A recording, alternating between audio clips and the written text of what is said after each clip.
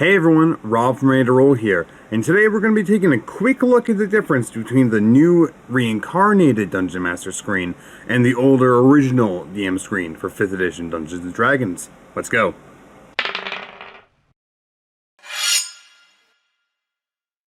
So, don't mind the glare and shaky camera work, but we're going to take a quick video guide through the differences between the new and old screens. The older screen is on the top, the newer screen is on the bottom, and let's start with the biggest change of them all, which is the leftmost panel, or the left section. The old one, as you can see, has kind of NPC generation, so name generator, bonds, ideals, characteristics, flaws. Basically, if you need to make up a random person on the fly, or you need to make one random characteristic to make them stick out, you can do that. I have never used this since 5th edition has come out. Most people didn't really like it, but the kind of, I guess, justification for it from Wizards of the Coast is this covers one of the three pillars, being social interaction, and as we'll see later on, they also cover the other two pillars, which are combat and exploration. That said, the new screen does have a bit more of a combat focus. They replaced all that NPC stuff with basically combat information.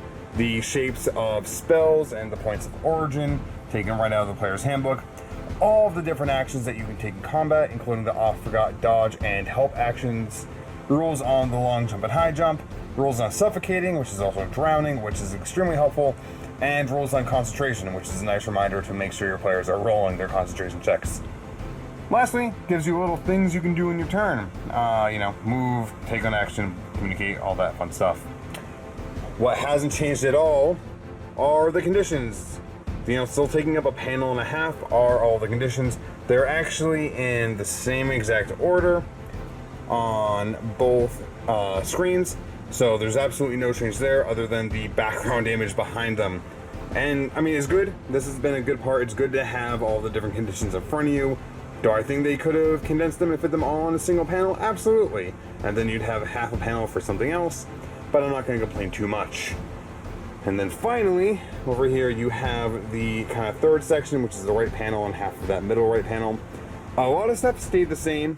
If you look at the old one, almost all of this stuff is still here, setting a DC, skills and abilities, light, obscured areas, cover, travel pace, encounter distance, and damage by level and severity. That all remains on the new one. It's in a different order, but it all remains. But what's been removed are these two things over here, which kind of are the exploration, and some of these rules also apply to exploration. But the something happens, everything from a door opens to unexplained magic occurs to a strong gust of wind blows through. Just random things that could mean something or it can mean nothing. And also just quick finds, artwork, body, key, letter, tome, random things. And then there's a really cool picture of the Trask. And there's some pictures of some dice. So that's nice. But on the new screen, they retain, like I said, most of that, but they've added some new things. They've added tracking DCs, which is really nice, for your ranger or druid or other character that wants to be tracking stuff. They've added object, hit points, and armor class. Mind the glare. Let's see if I can just, block that. Apparently I can't. There we go. So, damage by level and severity. Oops, sorry. Object, hit points, object, armor class. So, if it's a fragile or resilient thing, the size of it, what it's made out of, will tell you all that fun stuff. Skills and abilities are the same. They've added the cost for services. I'm just not going to bother with the glare. How much it costs to do all these things, get a coach cab, a hireling, messenger, all that fun stuff. And they kept encounter distance, they kept cover and light, and then they added the food, drink, and lodging costs, which are nice, and obviously, maybe you've changed these in your game. I like to use them, and I always end up overcharging. For example here, it says, to stay in a wealthy place per night is 2 gold. I probably charge more than that for a really crappy inn. So it's nice to have that, because I would like to stick to more or less the economy that they've presented for us. And lastly, in place of the giant Trask photo, they give us this handy chart of all the different creature sizes and kind of their relative things. Obviously, gargantuan can be even bigger, tiny can be even smaller, because they can be as small as they can fly. But it's a good reference. Just how much bigger is an ogre than a halfling or a goblin or what have you. So it's really cool to have that. The last thing difference is the back, you know, the player-facing side of all of these. So if I can do quick flips, you guys can get a quick glimpse of my D&D table, which is a mess at the moment. Another quick flip. And here we go. So the old screen used to feature this really awesome scene.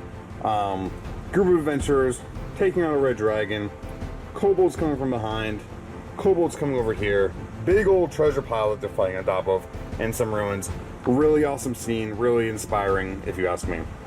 The new scene has this big old ancient dragon carrying that really poor dude right there. Not gonna be happy to be a snack.